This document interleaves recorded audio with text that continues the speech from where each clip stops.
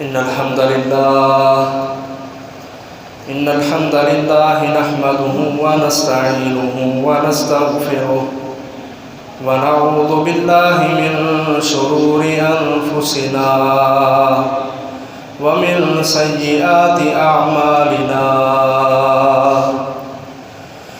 من يهده الله فلا مضل له ومن يضلل فلا هادي له وأشهد أن لا إله إلا الله وحده لا شريك له وأشهد أن محمدًا عبده ورسوله أرسله بالحق بشيرًا ونذيرًا بين يدي الساعة من يطع الله ورسوله فقد رشد ومن يعص الله ورسوله فقد غوى فإنه لا يضر إلا نفسه ولا يضر الله شيئا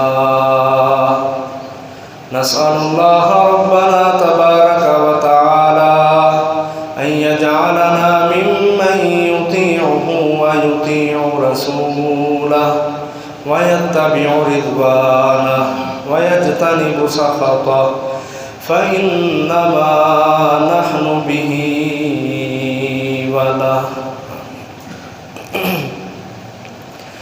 يا أيها الذين آمنوا اتقوا الله حق تقاته ولا تموتن إلا وأنتم مسلمون يا أيها الناس اتقوا ربكم الذي خلقكم من نفس واحدة وخلق منها زوجها وبث منهما رجالا كثيرا ونساء واتقوا الله الذي تساءلون به والأرحام إن الله كان عليكم رقيبا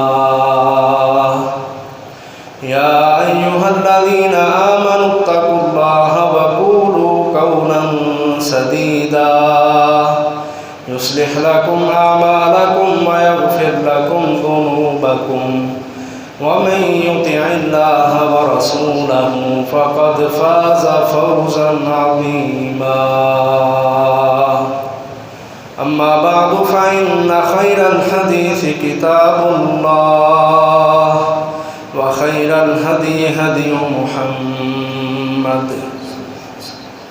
وشر الأمور محدثاتها وكل محدثة بدعة وكل بدعة ضلالة وكل ضلالة في النار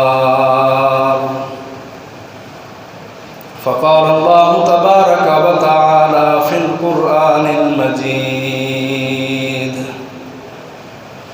هو الذي بعث في الأميين رسولا منهم يتلو عليهم آياته ويزكيهم ويعلمهم الكتاب والحكمة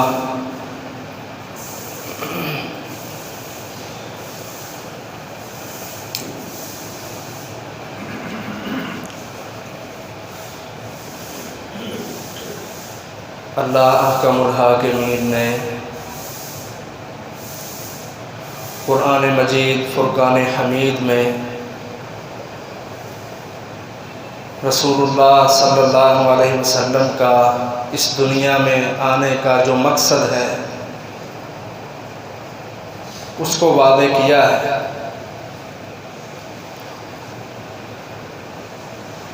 فرمایا هو الذی بعث فی الامیین رسولا منہم، کہ اللہ احکم الحاکمین نے ان ان پڑھ لوگوں میں انہی میں سے ایک رسول بھیجا، یتلو علیہم آیاتہ، وہ اللہ کے آیات، اللہ کے احکامات ان کی تلاوت کرتا ہے، وَيُزَكِّيهِمْ اور لوگوں کا تزکیہ کرتا ہے، وَيُعَلِّمُهُمُ الْكِتَابَ وَالْحِكْمَةَ اور لوگوں کو کتاب و حکمت کی، قرآن و سنت کی تعلیم دیتا ہے۔ یہ 4-5 چیزیں اللہ احکم الحاکمین نے رسول اللہ صلی اللہ علیہ وسلم کے حوالے سے بیان فرمائی۔ آگے فرمایا وَإِن كَانُوا مِن قَبْلُ لَفِي ضَلَالٍ مُبِينٍ، ہمارے نبی کی آمد سے پہلے لوگ گمراہیوں کے اندر پڑے ہوئے تھے۔ ان گمراہ لوگوں کو گمراہیوں سے نکالنے کے لیے ہم نے محمد الرسول اللہ صلی اللہ علیہ وسلم کو دنیا میں مبعوث کیا۔ آئے محترم بھائیوں، ہم سمجھیں ہمارے نبی کا دنیا میں آنے کا مقصد اور مشن کیا تھا۔ مقصد یہ تھا کہ جو لوگ گمراہیوں میں تھے، جہالتوں میں تھے، ان کے تزکیے کیے جائیں۔ اور یاد رکھیں تزکیے میں 3 چیزیں آتی ہیں: انسان کا عقیدہ، انسان کا اخلاق اور انسان کا عمل۔ قرآن مجید میں اللہ احکم الحاکمین نے جہاں بھی تزکیے کا لفظ بولا ہے، بظاہر اس کا معنی یہ ہوتا ہے کہ ان کو پاک کرنا۔ اب پاک کن چیزوں سے کرنا ہے؟ وہ 3 چیزیں تزکیے کے اندر آتی ہیں۔ عقیدہ، کہ انسان کا عقیدہ شرک سے، بت پرستی سے پاک ہو، یہ ایک اللہ کی عبادت کرنے والا بنے۔ دنیا میں جہالتیں تھیں، لکڑی اور پتھر کے خود ساختہ اپنے ہاتھوں سے بنائے ہوئے بت، اور عرب کے بڑے بڑے لوگ جو دنیا کے اندر اپنے آپ کو سب سے زیادہ معاشرے کا اعلیٰ اور افضل فرد سمجھتے تھے، دینی اعتبار سے ان کی حالت اور عقل اس قدر کمزور تھی کہ اپنے ہاتھوں سے خدا بناتے اور ان کی پوجا کرتے۔ تو نبی اکرم صلی اللہ علیہ وسلم کے آنے کا سب سے پہلا مقصد کہ لوگوں کو شرک سے نکالا جائے، ان کے عقیدے سنوارے جائیں، ان کو بتایا جائے کہ دنیا میں خالق صرف اللہ ہے، نظام چلانے والا، قدرتوں والا، طاقتوں والا، کمالات والا، سورج چاند کا نظام چلانے والا، ہر چیز سے نوازنے والا اگر کوئی ہے تو وہ اکیلا اللہ ہے۔ اور دوسرا مقصد انسانوں کے اخلاق سنوارے جائیں۔ دنیا میں بڑی جہالتیں تھیں، زمانہ جاہلیت میں حقوق مارے جاتے تھے، بچیوں کے ساتھ نفرتیں کی جاتی تھیں، ڈاکہ زنی اور اسی طرح زنا و بدکاری، سود کی بہت ساری شکلیں، ان سب چیزوں پر عمل ہوتا تھا، لوگوں کے حقوق غصب کیے جاتے تھے، اخلاقیات ختم ہو چکی تھی۔ محمد صلی اللہ علیہ وسلم اس لیے آئے تاکہ وہ دنیا کے اندر غیر اخلاقی لوگوں کے اخلاق کو درست کریں، لوگوں کے رویے ٹھیک کریں۔ بڑی اہم بات ہے، اس کو اپنے ذہنوں میں بٹھا لیں کہ ہمارے نبی کے دنیا میں آنے کا مقصد کیا تھا۔ پہلا مقصد لوگ شرک سے پاک ہو جائیں، توحید والے بن جائیں۔ دوسرا مقصد لوگوں کے اخلاق بہتر ہو جائیں۔ تیسرا مقصد لوگوں کے عمل درست ہو جائیں۔ وہ جو چوریاں کرتے تھے، ڈاکے ڈالتے تھے، زانی اور بدکار تھے، سود خور تھے، شرابی تھے، وہ سارے کے سارے اپنے آپ کو یہ دعویٰ کرتے تھے ہم ابراہیم علیہ السلام کے دین پر ہیں۔ کام چوروں ڈاکوؤں والے، دعویٰ کہ ہم ملت ابراہیمی پر ہیں۔ ان لوگوں کے اخلاق اور عمل سنوارنے کے لیے رسول اللہ صلی اللہ علیہ وسلم دنیا میں آئے کہ اگر تم دعویٰ یہ رکھتے ہو کہ ہم ملت ابراہیم پر ہیں تو ابراہیم علیہ السلام تو ساری زندگی اللہ کی بندگی میں گزارتے ہیں۔ اور چوتھی بات کہ نبی اکرم صلی اللہ علیہ وسلم لوگوں کو قرآن مجید کا پابند بنانے کے لیے آئے۔ پانچویں بات، جو وحی رسول اللہ صلی اللہ علیہ وسلم پر کی جاتی تھی اللہ تعالیٰ کی طرف سے، جس کو حدیث کہا جاتا ہے، ہمارے نبی لوگوں کو قرآن و سنت سے آراستہ کرنے کے لیے، قرآن و سنت کی حدیث کی تعلیم دینے کے لیے آئے۔ یہ پانچ مقصد اللہ احکم الحاکمین نے نبی اکرم صلی اللہ علیہ وسلم کے دنیا میں آنے کے قرآن مجید میں بیان کیے۔ 28واں پارہ سورۃ الجمعہ،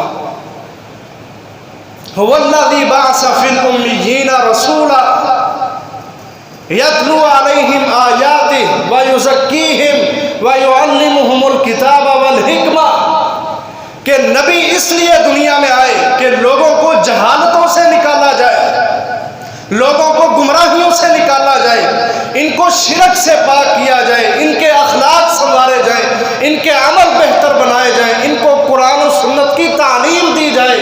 ہمارے نبی کا دنیا میں آنے کا یہ مقصد تھا کہ لوگوں میں علم اور شعور پھیلایا جائے۔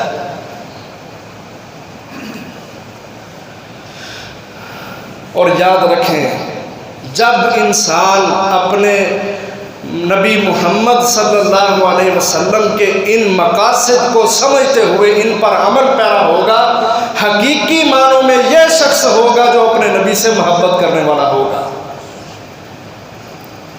آپ صحابہ کرام کی زندگیاں دیکھیں، صحابہ کی وجہ سے ہی دین ہم تک پہنچا ہے۔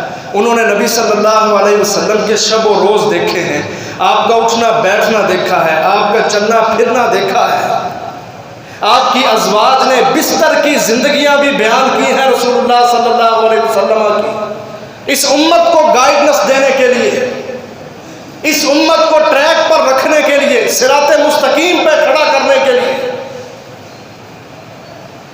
صحابہ کی فضیلت اور خوبی یہ ہے کہ صحابہ کرام کی وجہ سے ہمارے نبی کی ہر عادت مبارکہ، ہر خصلت خوبی، آپ کی زندگیوں کے سارے معاملات صحابہ کی وجہ سے آج ہم تک پہنچے ہیں۔ تو صحابہ حقیقی معنوں میں اپنے نبی محمد صلی اللہ علیہ وسلم سے محبت کرنے والے تھے۔ اور اللہ احکم الحاکمین نے بھی یہی کہا قرآن مجید میں، کہا کہ اگر تم اللہ کے محبوب بندے بننا چاہتے ہو تو پھر اطاعت نبی کی کرنا پڑے گی۔ جو مشن لے کے رسول اللہ صلی اللہ علیہ وسلم دنیا میں آئے، اس مشن کو سمجھنا پڑے گا۔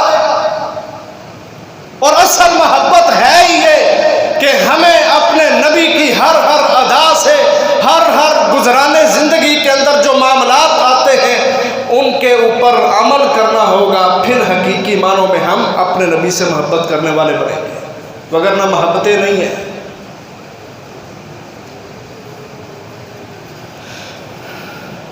اللہ تعالیٰ نے قرآن میں فرمایا، ان کنتم تحبون اللہ فاتبعونی، اے نبی ان سے کہہ دیں، آپ کہیں، بات کو سمجھنا، فرمایا اے نبی آپ ان سے کہیں اگر تم سب اللہ کے محبوب بندے بننا چاہتے ہو تو میں محمد صلی اللہ علیہ وسلم کی اطاعت کرو، فرما برداری کرو، میری بات مانو،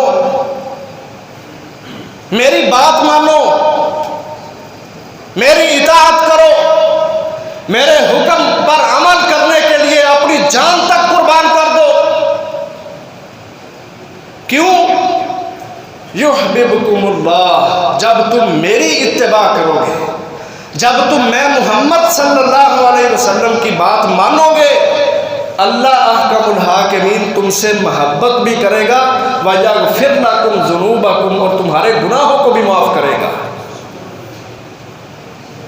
اس آیت مبارکہ سے یہ سمجھ آتی ہے کہ جو بندہ صدقے دل سے اپنے پیارے حبیب محمد صلی اللہ علیہ وسلم کی بات مانتا ہے، اتباع کرتا ہے کہ میرے نبی کا حکم آ گیا، میرے نبی کی حدیث آ گئی، میری مرضی کے مطابق ہے یا نہیں، میں یہ دیکھوں گا مجھے حکم دینے والا کون ہے، میں سب کچھ قربان کر دوں گا اپنے نبی کی محبت میں۔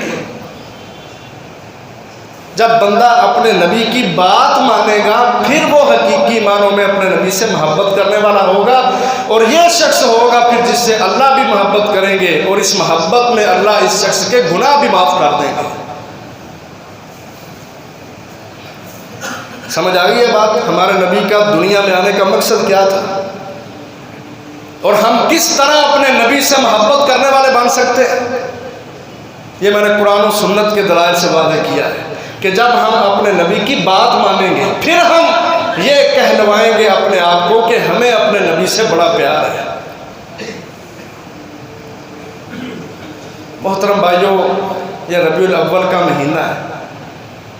ہمارے کچھ بھائی، کچھ حضرات وہ رسول اللہ صلی اللہ علیہ وسلم سے محبت کے بڑے دعوے کرتے ہیں لیکن بات نہیں مانتے۔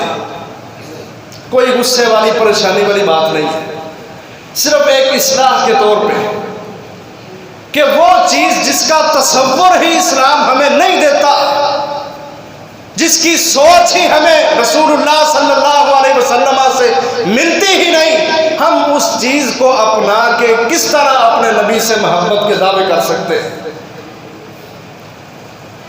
میرے نبی کی محبت پتہ کیا ہے؟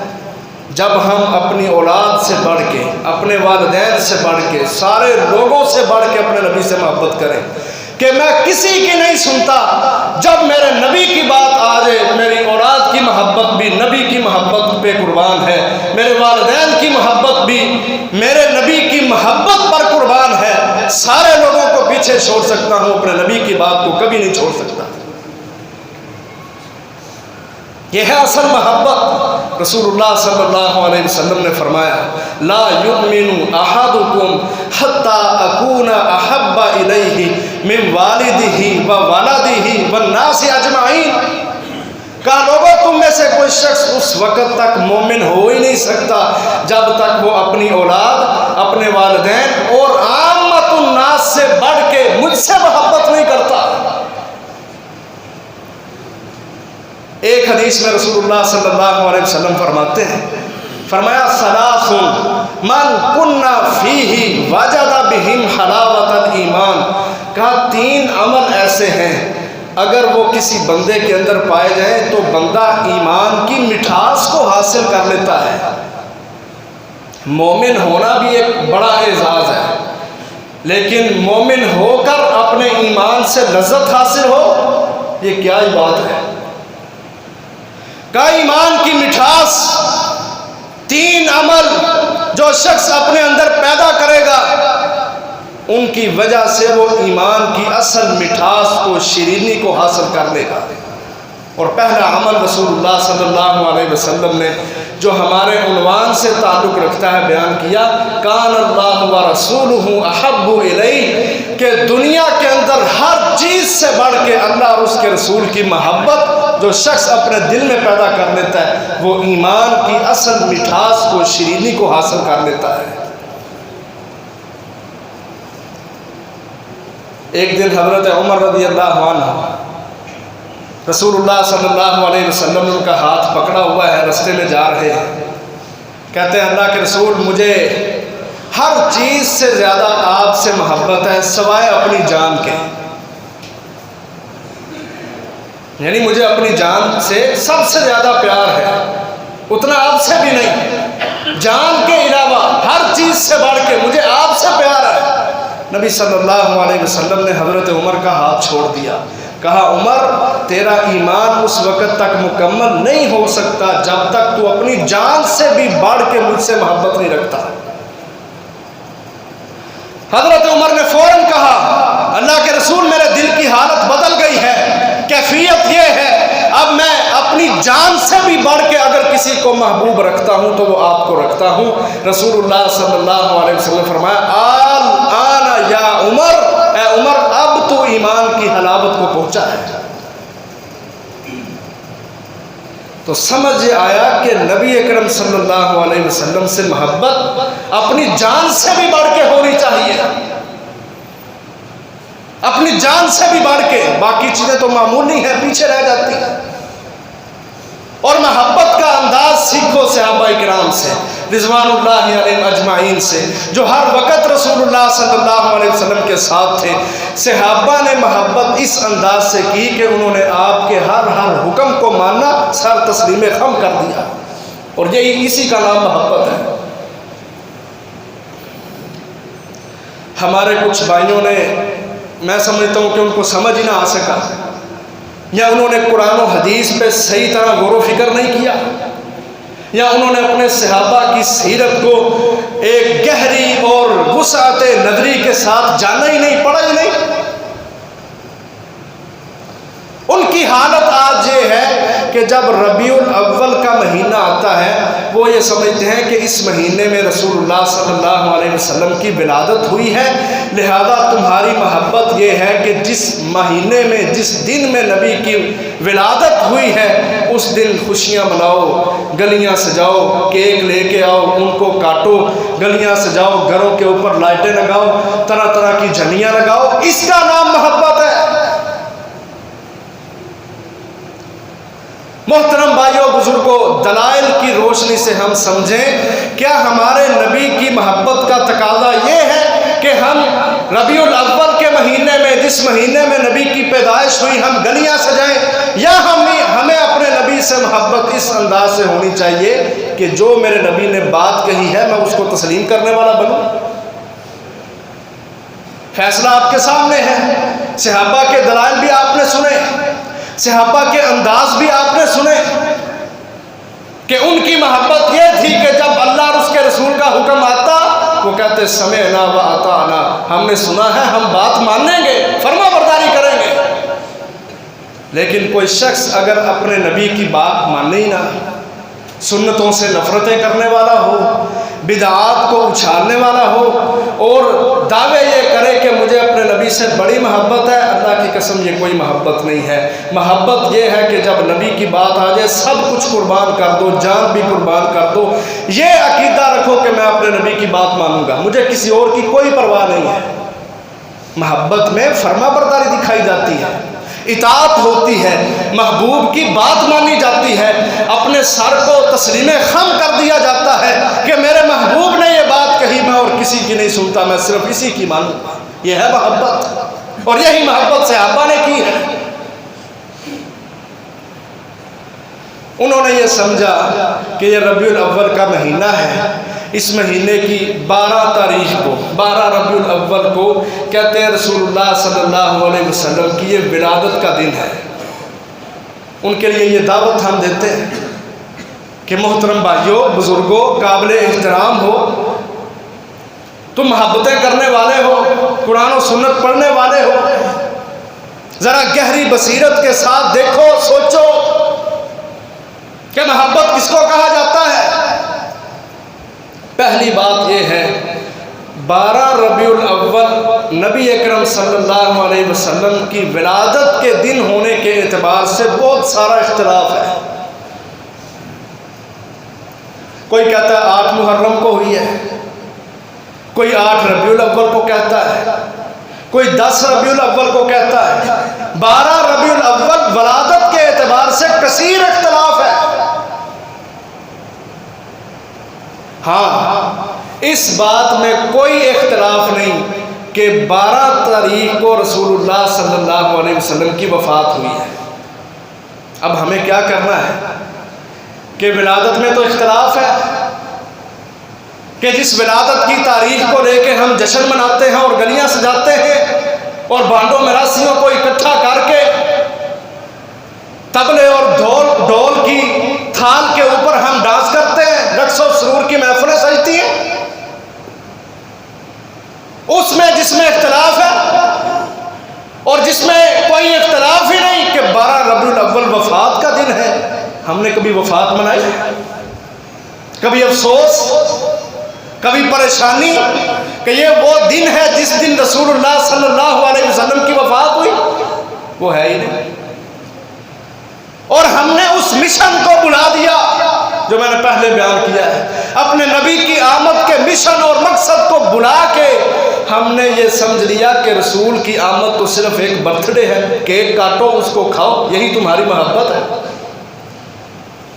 رسول اللہ صلی اللہ علیہ وسلم نے فرمایا تھا لا تطرونی کما اطرت النصارى ابن مریم، کہا لوگوں میرے ساتھ محبت کے دعوے کرتے ہوئے غلو سے کام نہ لینا، حد سے نہ بڑھ جانا، مجھے اللہ کے برابر نہ کر دینا، جس طرح عیسائیوں نے عیسیٰ بن مریم علیہ السلام کو اللہ کے برابر کر دیا تھا۔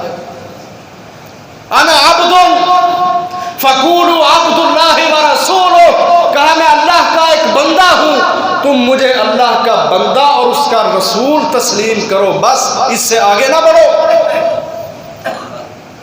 مشکل کشائی حاجت روائی کے درجے اور سٹیٹس مجھے نہ دو، یہ اللہ کی شان ہے، میری نہیں ہے۔ عبد اللہ و رسولہ، میں تو اللہ کا بندہ ہوں، اس کا رسول ہوں۔ ولادت کے دن میں ہی اختلاف۔ دوسرے نمبر پر یہ ایک بدعت ہے، بدعت کہتے ہیں اسلام میں اپنے پاس سے نیا کام ایجاد کر لینا۔ اس کے بعد انشاءاللہ بدعت پر بھی تھوڑی روشنی ڈالتے ہیں کہ بدعت کی اسلام میں کیا حیثیت ہے۔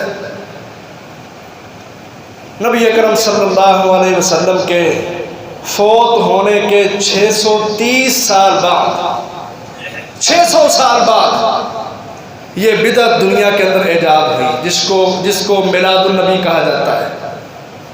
600 سال بعد، اور حیرانگی ہوتی ہے کہ رسول اللہ صلی اللہ علیہ وسلم 600 سال ہو گئے فوت ہوئے، دنیا سے رخصت ہوئے، ان 6 صدیوں کے اندر کسی نے 12 ربیع الاول کو بطور جشن منایا ہی نہیں، اور اس کی دلیل آج کا عالم قرآن سے دے رہا ہے۔ بات عقل از بعید ہے کہ 6 صدیوں تک کسی کو پتہ ہی نہیں چلا، اور اس کی دلیل قرآن سے۔ کیا 600 سال کے اندر کوئی قرآن نہیں پڑھتا تھا؟ کیا صحابہ کا دور ویسے ہی گزر گیا؟ تابعین کا، تبع تابعین کا، محدثین کا دور ویسے ہی گزر گیا؟ کیا وہ قرآن نہیں پڑھتے تھے، حدیثیں نہیں پڑھتے تھے؟ وہ ان کی بدولت ہی تو دین ہم تک پہنچا ہے۔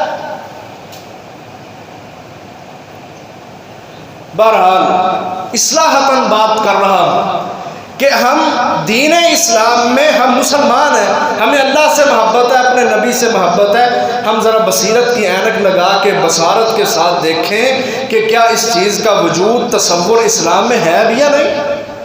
کیا مکھی پہ مکھی مار رہے ہیں، لوگوں کے پیچھے چل رہے ہیں؟ نبی اکرم صلی اللہ علیہ وسلم نے فرمایا تھا، لوگوں دنیا میں بدھو بن کے زندگی نہ گزارنا۔ ترمذی کی روایت ہے۔ صحابہ نے کہا اللہ کے رسول یہ بدھو بننا کیا ہے؟ آپ نے فرمایا بدھو بننا یہ ہے کہ انسان کی اپنی کوئی سوچ ہی نہ ہو، کہ لوگ ایسا کر رہے ہیں میں بھی ایسا کر رہا ہوں۔ اللہ نے عقل دی ہے، فہم سلیم عطا کیا ہے، سمجھ بوجھ عطا کی ہے، تیرے دماغ کے اندر یہ دین نہیں جاتا؟ خود پڑھ اس کو، غور کر اسلام پہ، غور کر قرآن مجید پہ، حدیث رسول صلی اللہ علیہ وسلم پہ، اور جائزہ لے کہ اس چیز کا تصور دین اسلام میں ہے بھی یا نہیں۔ نبی کی وفات کے 600 سال بعد ایک بادشاہ اربل کا جس کا نام مظفر الدین ہے، اس نے اس بدعت کو ایجاد کیا۔ کتابوں میں موجود ہے، لسان المیزان ایک کتاب کا نام ہے، اس میں موجود ہے کہ یہ بادشاہ فحاشی پسند بادشاہ تھا، جو آئے دن رقص و سرور کی محفلوں کو منعقد کرتا تھا، اور لمبے چوڑے کھانے پکاتا تھا، لمبے چوڑے اس کے دسترخوان لگتے تھے، لڑکیوں کو بلا کے نچاتا تھا، اور طرح طرح کے خبیث کام کیا کرتا تھا۔ یہ بادشاہ اربل کا مظفر الدین اس کا نام ہے۔ اس کو جب پتہ چلا، اس نے اس بدعت کو ایجاد کیا کہ ربیع الاول کے مہینے میں 12 تاریخ کو رسول اللہ صلی اللہ علیہ وسلم کی ولادت ہوئی، اس لیے جشن مناؤ، کیک کاٹو، مجلسیں سجاؤ، فضول خرچیاں کرو۔ اللہ اکبر۔ ایک عالم اس دور کا جو کوفے کا رہنے والا تھا، کوفے کا رہنے والا ابو الخطاب عمر بن حسن جس کا نام ہے، معاشرے میں اس کی عزت کوئی نہیں تھی۔ حافظ ابن حجر رحمہ اللہ جنہوں نے بلوغ المرام کو لکھا ہے، حدیث کی کتاب ہے، مدارس میں پڑھائی جاتی ہے، اور صحیح البخاری جو کتاب اللہ کے بعد سب سے سچی کتاب ہے، اس کی شرح فتح الباری لکھنے والے حافظ ابن حجر رحمہ اللہ، وہ بیان کرتے ہیں، کہتے ہیں یہ جو مولوی جس کا نام دیا جا رہا ہے نا، ابو الخطاب عمر بن حسن، کہا یہ بھی فحاش پسند آدمی تھا اور جھوٹا کذاب آدمی تھا۔ اس نے بادشاہ کے سامنے اپنی اوقات بنانے کے لیے نا میلاد النبی کے عنوان پر ایک کتاب لکھ دی، التنویر فی مولد السراج المنیر، اس نام سے، اور کتاب لکھ کے بادشاہ کو پیش کی۔ اب بادشاہ آگے فحاشی پسند جو آئے دن محفل مجلسیں سجاتا تھا، کسی نہ کسی چیز کو بہانہ بنا کے، اور اس نے اس بدعت کو بھی ایجاد کر لیا۔ اس کو جب حمایت میں کتاب مل گئی اس جاہل عالم کی کہ جس کو محدثین نے دجال اور کذاب کے القابات سے ملقب کیا ہے، اس کو کتاب ملی، اس نے 1000 اشرفی بطور انعام اس عالم کو دی کہ تو میری حمایت میں کھڑا ہوا، تو نے کتاب لکھ دی۔ تو محترم بھائیوں بزرگوں، نبی صلی اللہ علیہ وسلم کی وفات کے 600 سال بعد اس بدعت کو ایجاد کیا گیا۔ اس سے پیچھے آپ چلے جائیں، نبی صلی اللہ علیہ وسلم کی نبوت کی پہلی زندگی کو چھوڑیں، 23 سالہ دور آپ کا جو نبوت کا دور ہے اس کو اپنے سامنے رکھ لیں۔ صحابہ اکرام کا دور 1 صدی کا دور ہے، 100 سالہ دور۔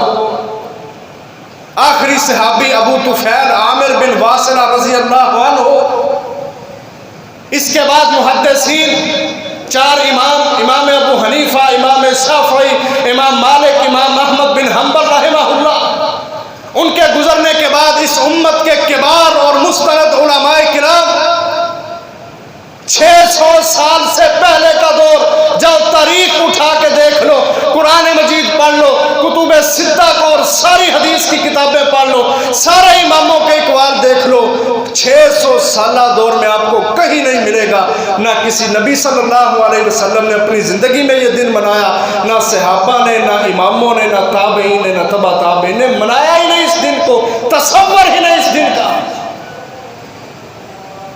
ہاں، اس دن کو 12 ربیع الاول کو وفات کا دن سمجھتے ہوئے صحابہ اکرام پریشان ضرور ہوتے تھے، خوشیاں نہیں مناتے تھے، خوشیوں کا تصور ہی نہیں۔ لیکن 12 ربیع الاول جو رسول اللہ صلی اللہ علیہ وسلم کی وفات کا دن ہے، جس میں اختلاف نہیں، صحابہ اکرام پریشان ہو جایا کرتے تھے، محدثین رویا کرتے تھے کہ ہمارا نبی، اس امت کا نبی جس نے ہمیں دین سکھایا، جو اسلام لے کے آیا، دنیا سے چلا گیا۔ یہ وہ دن تھا کہ جس دن صحابہ اکرام اپنے ہوش و حواس کھو بیٹھے تھے۔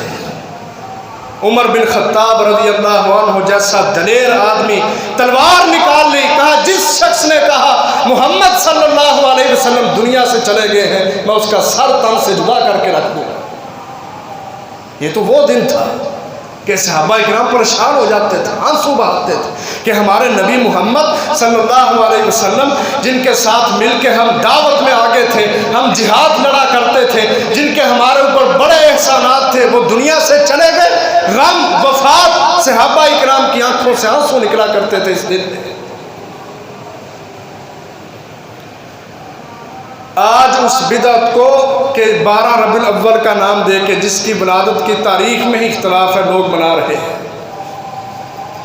اللہ اکبر۔ محترم بھائیوں، سراسر بدعت ہے، اور بدعت اسلام کے اندر اس کا کیا مقام ہے، آئے ذرا غور کریں۔ رسول اللہ صلی اللہ علیہ وسلم اپنے ہر خطبہ میں کہا کرتے تھے کہ لوگوں، ہر قسم کی بدعت گمراہی ہے، اور ہر گمراہی انسان کو جہنم کی طرف لے جاتی ہے۔ کل بدعت ضلالہ وکل ضلالۃ الی النار، فی النار۔ ہر بدعت گمراہی جہنم کی طرف لے جاتی ہے۔ اور پھر اگر اس چیز کا تصور ہوتا اسلام میں تو نبی اکرم صلی اللہ علیہ وسلم اپنی امت کو ضرور آگاہ کرتے، ضرور آگاہ کرتے۔ بات دلائل کی روشنی میں ہے، اپنی طرف سے کوئی بات نہیں ہے۔ اللہ احکم الحاکمین نے حجۃ الوداع کے موقع پر ایک آیت نازل کی، الیوم اکملت لکم دینکم، کہ میں نے دین کو مکمل کر دیا۔ یہ دین مکمل ہے، اور اس مکمل دین کے اندر اس جشن کا کوئی تصور ہی نہیں ملتا۔ اور جو شخص بدعت کو ایجاد کرتا ہے وہ یہ سمجھتا ہے، امام مالک رحمہ اللہ کہا کرتے تھے، من ابتدع فی الاسلام بدعۃ یراھا حسنۃ فقد زعم ان محمد صلی اللہ علیہ وسلم خان الرسالہ، کہ جس شخص نے اسلام کے اندر اپنی طرف سے کوئی نیا کام ایجاد کیا، اس نے محمد صلی اللہ علیہ وسلم کے بارے میں یہ گمان اور تاثر پیش کیا کہ معاذ اللہ نبی صلی اللہ علیہ وسلم نے دین امت تک پہنچانے میں خیانت کی ہے۔ کیا ہمارے نبی خائن تھے؟ ان کو تو مکہ کے مشرک بھی صادق و امین کہا کرتے تھے۔ لوگ کہتے ہیں تعریف وہ ہو جو دشمن کرے، ہمارے نبی کی تعریفیں دشمنوں نے بھی کی ہیں۔ آج بھی یورپ کے دشمن چوڑے آج بھی محمد صلی اللہ علیہ وسلم کی تعریف کرتے ہیں۔ جو شخص بدعت کو ایجاد کرتا ہے، امام مالک رحمہ اللہ کے قول کے مطابق وہ یہ گمان اور تاثر لوگوں کو دیتا ہے کہ استغفر اللہ معاذ اللہ، ہمارے نبی نے دین ہم تک پہنچانے میں خیانت سے کام لیا ہے، دین تو مکمل ہے۔ پھر کچھ لوگ کہتے ہیں جی بدعت ٹھیک ہے، اسلام کے اندر اس کا ایک بڑا ہی نامراد سا چہرہ ہے، لیکن اگر کوئی نیا کام دین میں ایجاد کیا جائے اور وہ اچھا کام ہی کیوں نہ ہو، وہ بدعت نہیں کہلاتا، اس کو بدعت حسنہ کا نام دے کے لوگ مناتے۔ اس کی بھی دلیل سن لیں۔ حضرت ابو موسیٰ اشعری رضی اللہ عنہ ایک دن مسجد سے گزر کے حضرت عبداللہ بن مسعود رضی اللہ عنہ کے پاس گئے، جا کے کہتے ہیں میں نے مسجد میں دیکھا ہے کہ کچھ لوگ حلقے بنا کے بیٹھے ہیں، گروہ بنا کے بیٹھے ہیں، اور ایک شخص ان کو کہتا ہے جی 100 مرتبہ اللہ اکبر پڑھو۔ ہر حلقے میں، ہر گروہ میں ایک ایک بڑا آدمی بیٹھا ہے، انہوں نے کنکریاں رکھی ہوئی ہیں اپنے سامنے، اور وہ اونچی آواز سے کہتا ہے چلو 100 مرتبہ اللہ اکبر پڑھو، پھر کہتا ہے 100 مرتبہ لا الہ الا اللہ پڑھو، پھر کہتا ہے 100 مرتبہ سبحان اللہ پڑھو۔ ابو موسیٰ اشعری کہتے ہیں ہم نے نبی صلی اللہ علیہ وسلم کے زمانہ میں اس طرح کی چیزیں نہیں دیکھی، حالانکہ یہ خیر والا کام ہے، تو اذکار ہی تو کر رہے ہیں، اذکار کر رہے ہیں، اللہ کی تعریف کر رہے ہیں، اس کو ہر قسم کے نقص عیب سے پاک بیان کر رہے ہیں،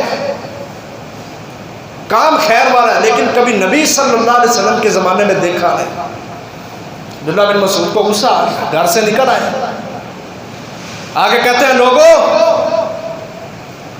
تم جو کنکریوں کے اوپر اذکار کر رہے ہو نا اور ان کو شمار کر رہے ہو، ان کے ساتھ اپنی نیکیاں شمار نہ کرو بلکہ اپنے گناہ شمار کرو۔ یہ نیکیاں نہیں ہیں، یہ گناہ ہیں، اپنے گناہ شمار کرو۔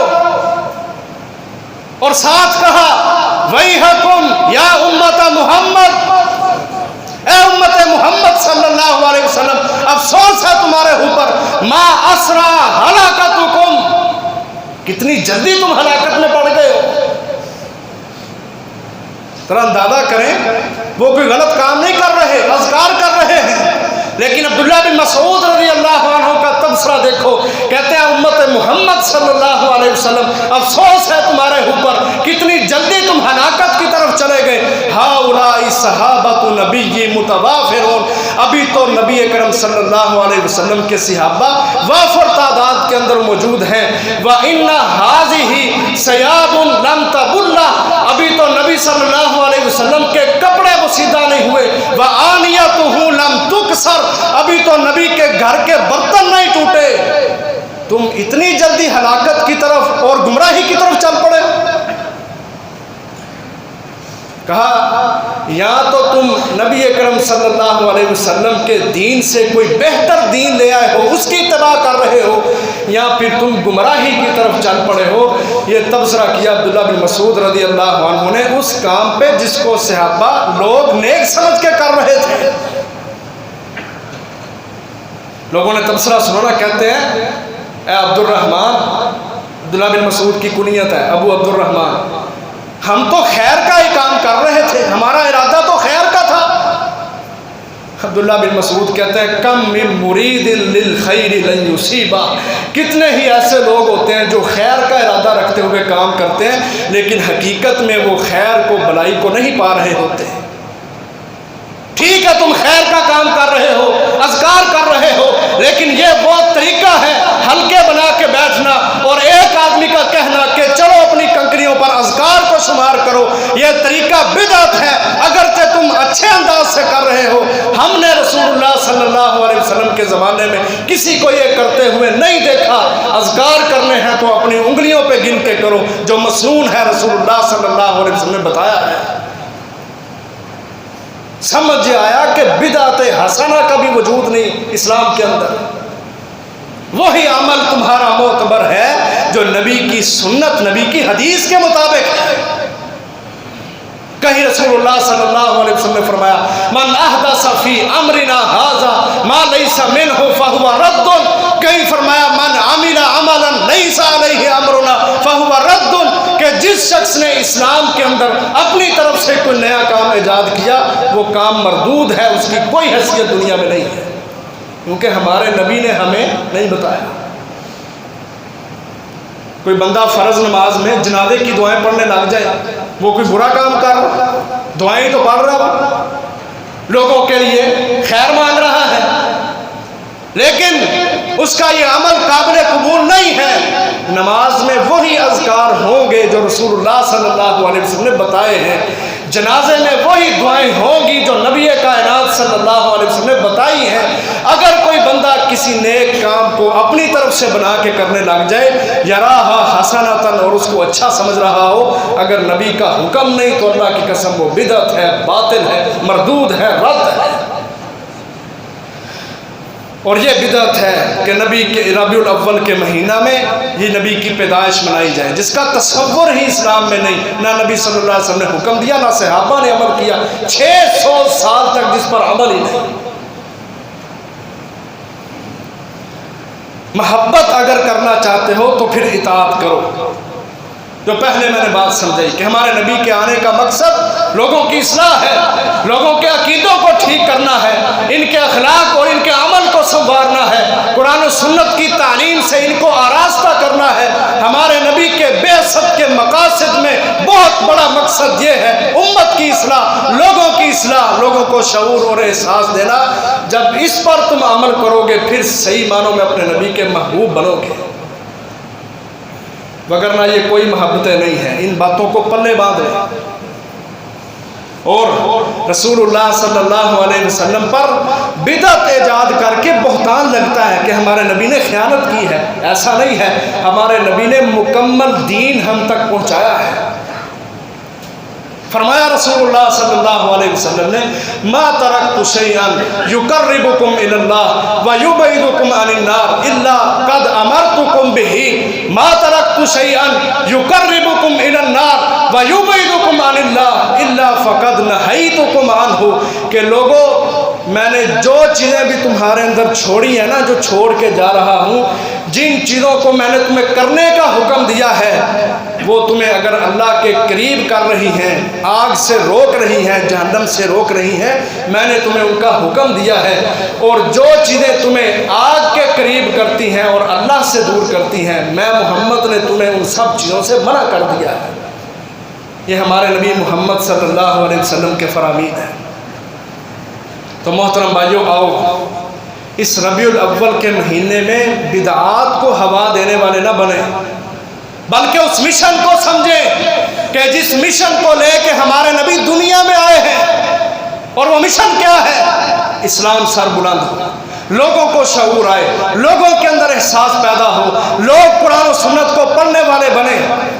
آج بڑا المیہ ہے، پڑھانے والے بھی کوتاہیوں سے کام لے رہے ہیں اور پڑھنے والے بہت پیچھے چلے گئے ہیں، سستیاں ہیں۔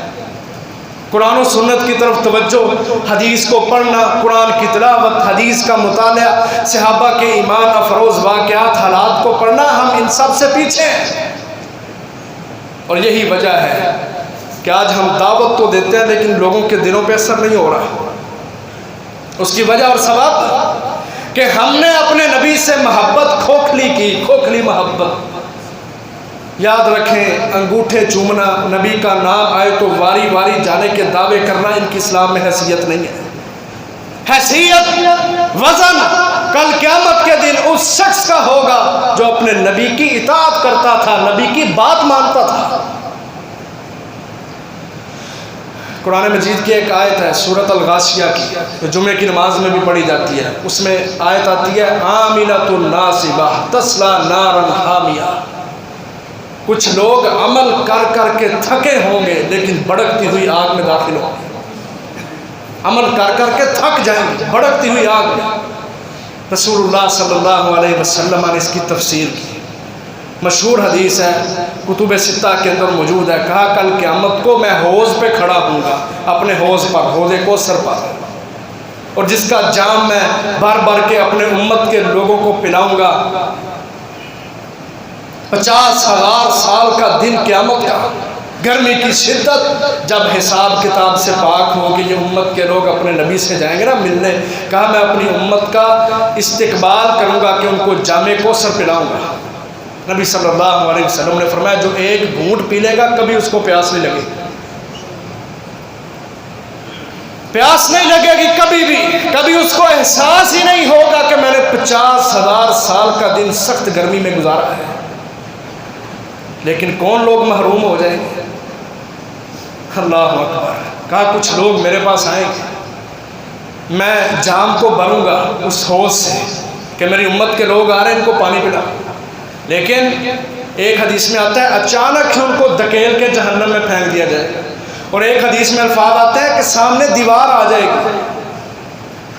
مجھ سے اوجھل ہو جائیں گے۔ میں کہوں گا اللہ یہ تو میری امت کے لوگ ہیں، میرے پیارے ہیں، میرا کلمہ پڑھنے والے ہیں، ان کو آنے دے میرے پاس، میں ان کو پانی پلاؤں۔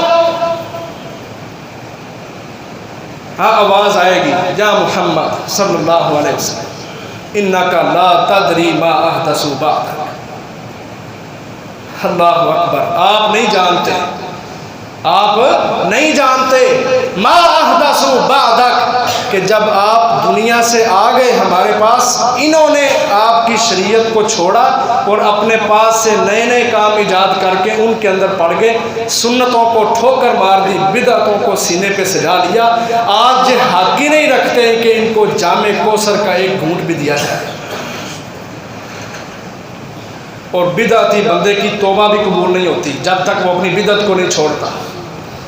رسول اللہ صلی اللہ علیہ وسلم نے فرمایا ان اللہ حجب التوبۃ عن صاحب بدعۃ، اللہ احکم الحاکمین نے بدعتی شخص سے توبہ کو روک لیا ہے، حتی یدع بدعتہ، حتیٰ کہ وہ اپنی بدعت کو چھوڑ دے، بدعت کو چھوڑ کے سنت پر عمل کر کے جب وہ اللہ سے توبہ کرے گا پھر اس کی توبہ قبول ہوگی، وگرنہ بدعتی شخص کی اللہ احکم الحاکمین توبہ بھی قبول نہیں کرے گی۔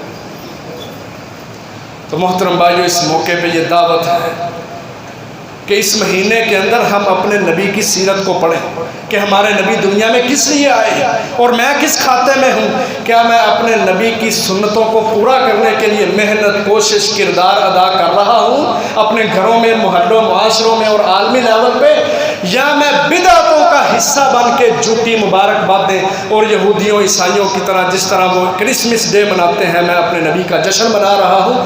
اپنے اندر جائزہ لینے کی آج ضرورت ہے، اور اس موقف پہ کھڑے ہو جاؤ کہ ہمارے نبی دنیا میں اس لیے آئے کہ دنیا کے اندر اسلام کا غلبہ ہو، اسلام کا بول بالا ہو، اسلام دنیا کے اندر سر بلند ہو، کیونکہ جب اسلام سر بلند ہوتا ہے اس کی بنیادوں میں سنتیں ہوتی ہیں، نبی کی اطاعت ہوتی ہے، اللہ کی فرما برداری ہوتی ہے، پھر اسلام کی جب جڑیں مضبوط ہوتی ہیں اوپر پھر تلواریں چلتی ہیں، کافروں کے سر اڑتے ہیں، اسلام دنیا کے اندر قائم دائم بشاش ہو کے کھڑا ہو جاتا ہے۔ بدعتوں کے ساتھ اسلام کی بنیادیں کھوکھلی ہو جاتی ہیں، پھر اسلام کھڑا نہیں رہتا۔